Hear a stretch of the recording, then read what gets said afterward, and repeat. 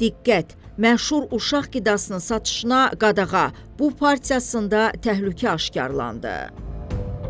İsveçrədən Azərbaycana idxal edilən Swiss Neo 1 uşaq qidasının 09-10-2025, 09-10-2027-ci il istehsal və son istifadə tarixli məhsul partiyasında steroid çirkləndiricisi aşkarlanıb. Bu barədə reporta Azərbaycan Qida Təhlükəsizliyi Agentliyindən məlumat verilib.